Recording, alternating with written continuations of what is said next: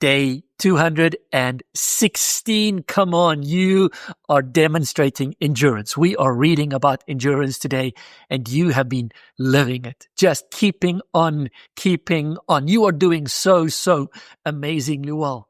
Hebrews chapter 12, we start with this picture of, as it were, a stadium filled with these giants of the faith that we read about in the previous chapter, men and women who have just done amazing things because of they were holding on to God. They put their faith, their hope in Him, and they're in the stadium, this massive crowd looking down, as it were, over you and me.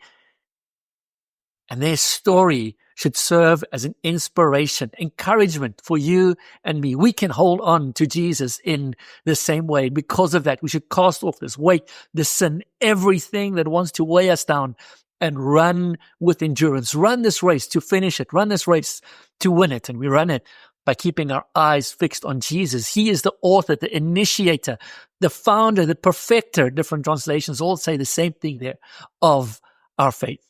And He went through the cross. He went through the shame because of joy. Joy, once again, such an integral part of the New Testament message. God is calling us to joy. There's some passages in this chapter which I guess are typical passages, easier to skip over, to ignore. They're the passages which speaks about discipline. Passages that say we have not resisted sin to bloodshed, but Jesus has. Discipline, when we read about it, we so often think of a hiding. Discipline isn't a hiding. Discipline is about instruction, training, correction, which at times can also include a hiding. But God disciplines us by training us, leading us, raising us up in the way that you and I should go. And there is godly fruit on His discipline. There is discipline that leads to righteousness and leads to peace. Not like Esau, who was profane, one who did not consider holy things to be holy.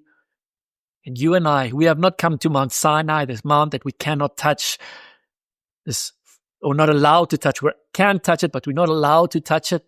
But we have come to the city of the everlasting God. We have come to heaven. We have come to something that is so much more precious and so much more beautiful than anything in the Old Testament. And our response to all of this is worship. Let us keep our eyes on Jesus and make much of Him.